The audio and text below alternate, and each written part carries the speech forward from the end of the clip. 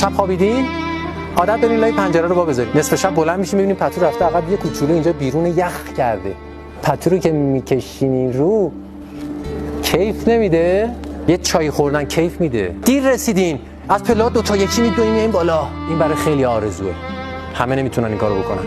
این شگفت انگیزه این کار. اینو توی محدوده سنی میشه انجام داد. بعد دیگه نمیشه، آرزو میشه دیگه نمیتونیم اون کارو انجام بدیم.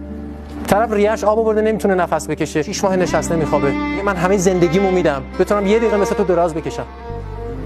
برو فقط سجده شکر کن که میتونی دراز بکشی بخوابی. دراز بکشه خفه میشه، نمیتونه دراز بکشه. پاهاش همه زخم شده، اینقدر نشسته. تشنه‌شه، یه لیوان آب که میخواد یه رو طول میکشه بگه آب بده. تا بخواد بگه آب بده. یه رو طول میکشه بگه آب بده. بعد میگه نفسا کوتاهه. یکم نفسو بلند بکشه، درد میپیچه تو قفسه سینه، ریه پس میفته. ما الان میگیم دم میگیرید. تخلیه میبینین؟ زیبایی زیاده، شگفت انگیزه، تجربه شگفت انگیزه. سجده شکر دائم لازم داره.